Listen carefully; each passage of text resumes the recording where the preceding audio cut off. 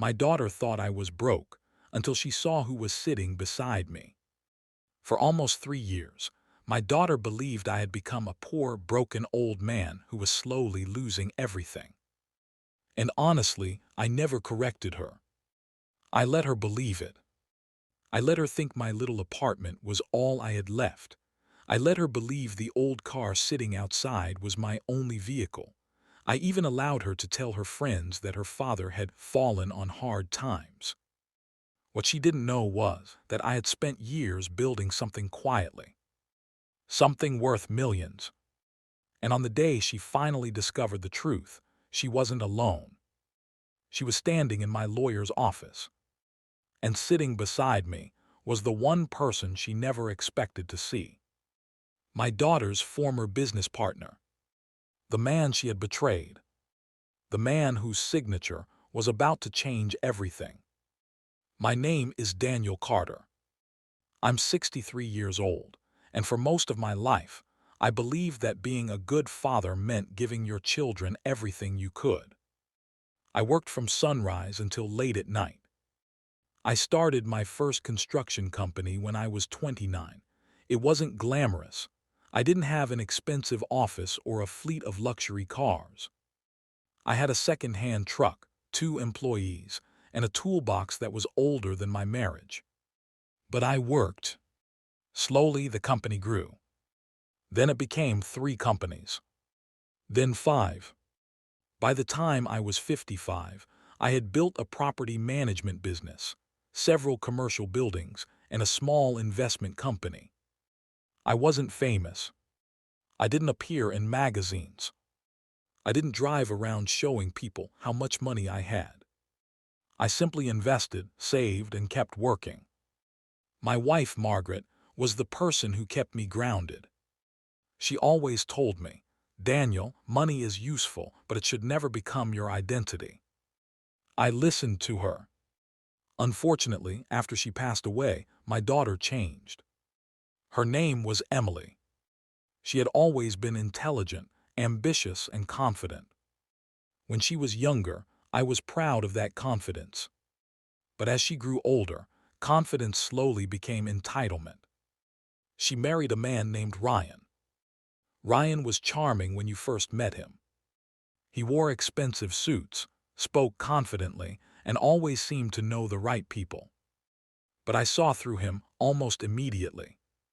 He wasn't interested in building something. He was interested in owning something, especially if someone else had already built it. Emily and Ryan eventually started a small real estate consulting company. Emily came to me one evening and asked for help. "Dad, I need an investment." "How much?" "200,000. I stared at her. "Emily, that's a lot of money." "You have it." That sentence bothered me.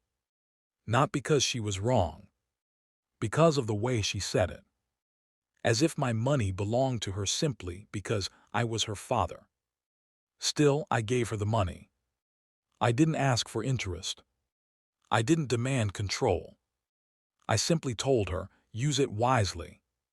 For the first year, everything seemed fine. Then Ryan started coming to me with bigger ideas. "We should buy this building. We should acquire that company. We should expand into commercial development." Every idea required more money. And every time I refused, Emily became colder. One evening she said something I will never forget. "You don't understand business anymore, Dad."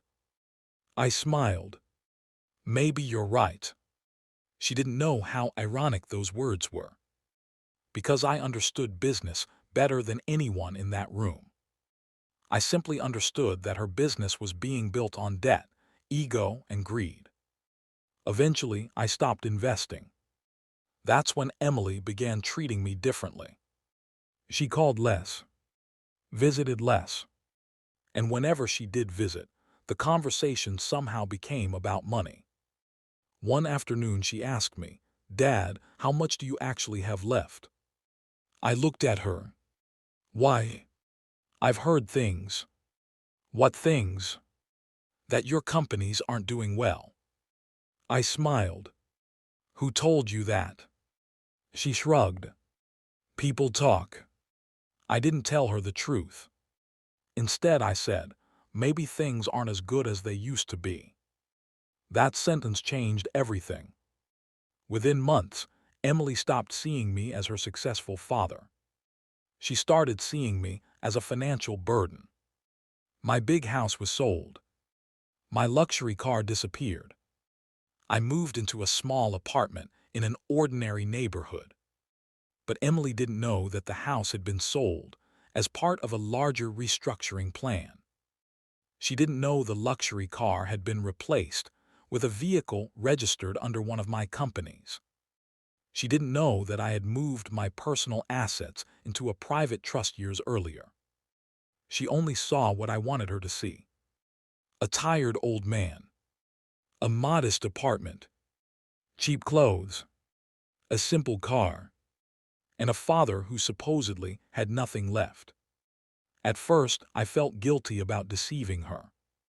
Then I remembered why I had done it. I wanted to know whether my daughter loved me or my money. The answer came sooner than I expected. One Sunday morning, Emily called. Dad, can I come over? Of course. She arrived 20 minutes later. She looked around my apartment. Then she sighed. You're really living like this. Like what? Like this. She pointed toward the old sofa. I laughed. It's comfortable. She shook her head. Dad, you need to accept reality. What reality? That you're not rich anymore. I looked at her. I never said I was. She sat down. Ryan and I are doing well, but things are expensive. We have a lot of responsibilities. I understand. So I think you should start being more careful with your money. I almost laughed. Instead, I asked, how much money do you think I have? She hesitated. Maybe 50,000. I nodded. That's a reasonable guess. She seemed relieved. Then she said something that hurt more than I expected. If you ever need to sell the apartment, you can stay with us. I stared at her. You'd let me stay with you? Of course. But the way she said it made it sound like charity. Not love. Charity. I thanked her. She left shortly afterward. That night, I sat alone in my living room. I looked at an old photograph of Margaret.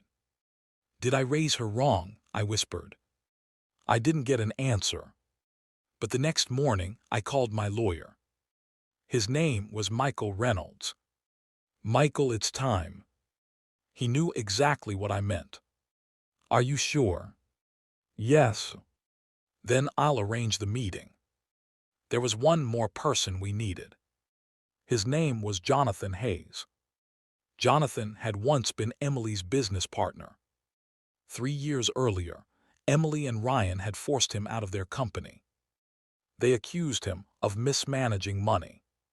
He lost almost everything. But Jonathan knew the truth.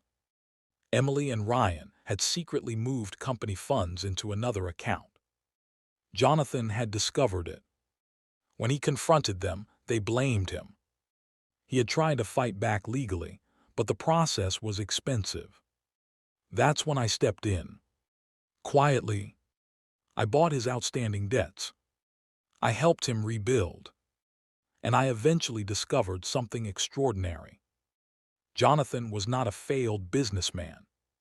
He was one of the most talented property developers I had ever met. So I partnered with him. Together, we built a new company. And that company became extremely successful. But Emily knew nothing about it. For 2 years, Jonathan worked with me under a private investment structure. We purchased properties, renovated them, developed them, and sold them. By the time Emily believed her father was nearly broke, the company was worth more than $20 million. And now we were ready to reveal everything. The meeting was scheduled for Friday morning. Emily arrived at my lawyer's office with Ryan. Ryan wore a designer suit. Emily carried a leather handbag that probably cost more than my old car. She looked at me and smiled. "Dad, what's this about?" "Sit down." She sat. Ryan remained standing. Then opened. Jonathan walked in. Emily's face changed instantly. Ryan froze. "Jonathan." Jonathan said nothing. He simply sat beside me.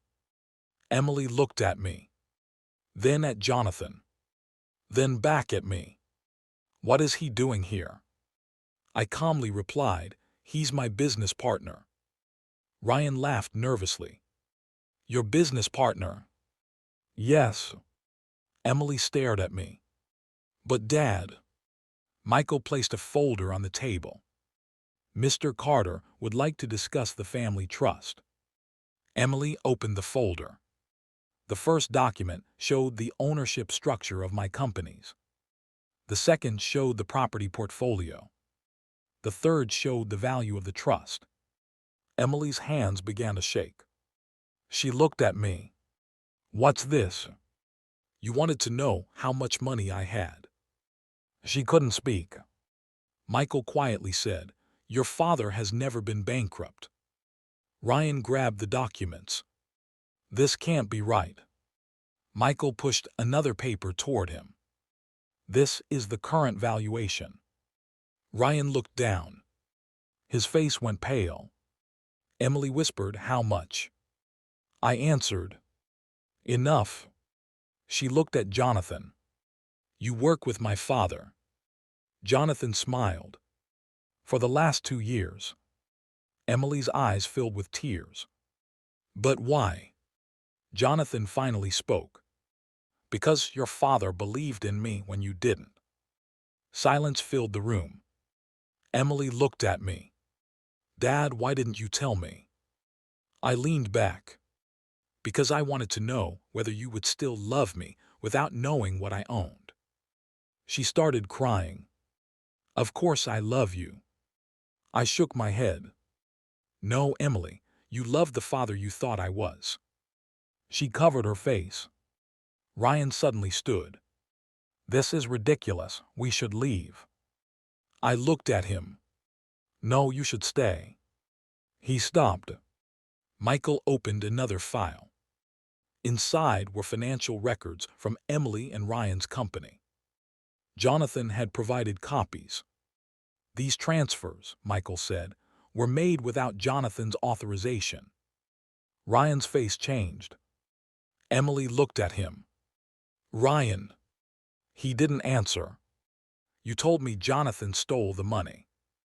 You told me he ruined the company." Ryan remained silent. Jonathan looked at Emily. "I tried to tell you." She started crying harder. I felt sorry for her. But I wasn't going to rescue her from the consequences of her choices. I turned toward Emily. "I am not taking revenge on you." She looked at me. "Then why did you do all this?" "To teach you something." "What?" "That money doesn't make people loyal." I paused. "And poverty doesn't make people worthless." I handed her an envelope. She opened it. Inside was a letter. It explained that I had decided to give her one of my smaller properties. Not millions. Not a fortune. Just one building. But there was a condition. She had to run it herself. No Ryan. No borrowing. No asking me for more money. She had to build something honestly. She stared at me. "Why would you still give me anything?" "Because you're my daughter." She cried. "But after everything I did." "Yes." "Why?" "Because I can forgive you without forgetting what happened." She looked at Jonathan. Then back at me. "Can you forgive me?" I nodded. I already have. She stood up and hugged me. For the first time in years, she wasn't hugging me because she needed something. She was simply hugging her father. I held her tightly, and for a moment, I remembered the little girl who used to run into my arms after school. The little girl who once told me I was her hero. Maybe she wasn't completely gone. Maybe she had simply gotten lost. Ryan eventually left. His marriage to Emily ended several months later. Emily kept the property. She worked hard, really hard. She learned how to manage tenants, how to negotiate contracts, how to read financial statements, and most importantly, how to live without assuming that someone else would always rescue her. A year later, she came to my apartment. She brought groceries. She cooked dinner. Then she sat beside me. Dad, yes, I understand now. Understand what? That I was wrong. I smiled. She continued. I thought having money meant you owed me something. I nodded. And I thought being successful meant being better than other people. She looked down. But you taught me something different. What? That real wealth is being able to lose everything and still remain a good person. I smiled. That lesson took you long enough. She laughed through her tears. Then she hugged me. That night we ate dinner together. No expensive restaurant. No luxury cars. No business deals. Just a father and daughter sitting at a small table. And honestly, it was the richest dinner I had ever had. Sometimes revenge isn't about destroying the people who hurt you. Sometimes the greatest revenge is becoming so strong, so peaceful, and so successful that the people who underestimated you are forced to rethink everything they believed about you. I never needed to humiliate my daughter. I never needed to expose her publicly. I simply needed to let the truth speak for itself. Because eventually, the truth always finds its way into the room. And when it does, you don't have to say much. You just have to sit back and let people see who was really sitting beside you. If you enjoyed this story, please remember that every family has secrets, every person has a hidden struggle, and sometimes the people we underestimate are the very people who have been quietly building their future. If this story touched your heart, please support our channel by subscribing to True Revenge Stories, turning on the notification bell, and sharing this story with someone who enjoys powerful family stories with unexpected endings. Thank you for watching, and I'll see you in the next story. Red.